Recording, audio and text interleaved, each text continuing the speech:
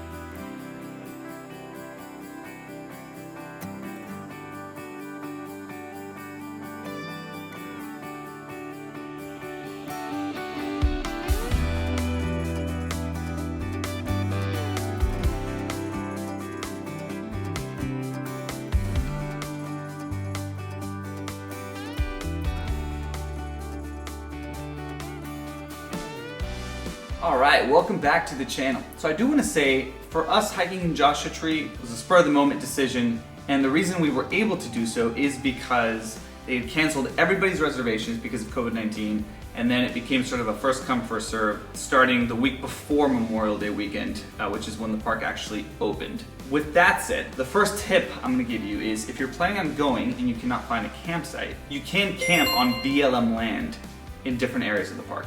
So there's a big one on the south entrance, which is where we stayed, and then there's a few more on the north side, but as I spoke to the camp rangers, they did not recommend those sites. I think they're a little bit more difficult to get to.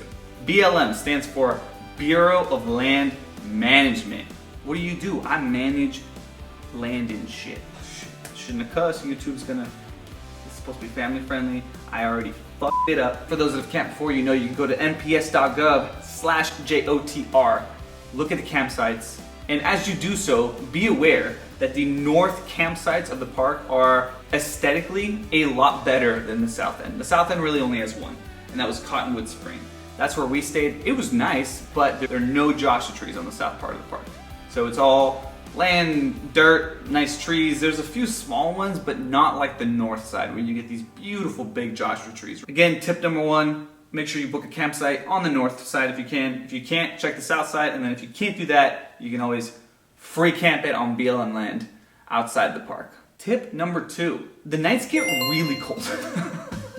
Yes, during the day, Memorial Day weekend, it is a desert. It got high 80s, low 90s at some point. And even when you go to bed, I mean, I remember going into the tent, maybe 10:30, 11, and it was still kind of warm, you know, you unzip parts of the tent. And then by like 2, 3 a.m., I felt like I was in a freezer. And this might sound obvious in retrospect, but we only took a couple blankets and I was freezing one of those nights. So make sure you take extra blankets, put them in the car if you need to, and then you have access to them. Trust me, you're gonna be way better off preparing for that. So a couple of other tips if you're planning on going camping, bring firewood. It's always nice to sit by an open campfire, honestly. Bug spray, oh Lord, you'll need it. Keep food in your car. The night that we were on the Cottonwood campground, you know, there's spiders and stuff on the ground, but we did drop a little bit of food that I made for my son, and a mouse showed up. My dog was going crazy, and no big deal, but you know what hunts mice? Yeah, that's not good. Keep the smell away from you or anybody you're camping with. Just better to not attract any sort of animals, especially out in the desert or wherever it is you're going camping. And lastly, tap water. Bring tap water, like gallons of tap water. Why? If you stay in certain campsites, like we did in Cottonwood, there actually is water pumps. But other sites don't have water, which means if you want to wash dishes, any, you know, your head, whatever it is, you don't want to use up your filtered water on that stuff. You know, we stayed there, I had to wash some of my pots and pans, you know, use very little water, some soap. You just want to make sure you bring non-filtered water that's set aside for washing and that kind of stuff, as opposed to just water for drinking. Tip number 3, oh boy, the good old children and dogs. We actually went with the intent to explore, because it was our first time there, and to camp, not so much to hike. So be aware of what you're trying to do. Dogs are not allowed more than 100 feet from the street. So you can't take your dogs on any trail in the park. And obviously with children, the desert gets really hot. You gotta make sure you bring extra water for them. Again, I really enjoyed this. This was a family trip for us. It wasn't meant to be hiking, but if you wanna go and really hike and check out some of these really cool places, you can still take your kids, but might be best that you leave your dog at home. With that said, there are some really cool spots that you can literally drive up to. And if I get my handy map here, as we're coming from Cottonwood campgrounds, the Cholla Cactus Garden was really cool right off the road. And then you can drive out to like Keys Views, had some amazing, amazing views. You got Skull Rock between Sheep Pass and Jumbo Rocks. Just know that there are definitely still a few things you can do and explore without having to go miles into the park from hiking. And tip number 5, if you're like me, I do enjoy camping, but every now and then I want to go in and get some good food. Palm Springs is 20 to 30 minute drive from the park. I made, you know, with my Coleman grill and all the stuff, I made breakfast, I made dinner, but for lunch, after we drove through the entire park, we did exit the north end, go into Palm Springs, some barbecue burgers, some fries, some extra firewood. Woo! Just know if you're running low on supplies, whatever it is, 30 minutes from the north or south entrance, you can go into Palm Springs, go into Avon's, whatever it is, and stock up. Bonus tip.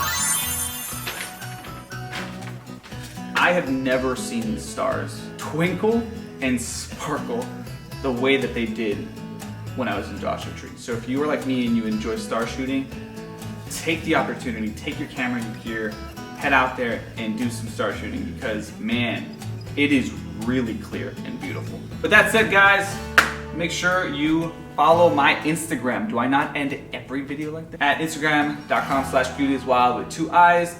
the YouTube channel, youtube.com/beautyiswild with 2 eyes, and the website. Make sure you check out all the cool photos that I took, and stay tuned because like I said, I will be going back at the end of September to do some more hiking and shooting. www.beautyiswild.com. Go to the travel page, scroll down, you'll find the Joshua Tree album. See you guys soon.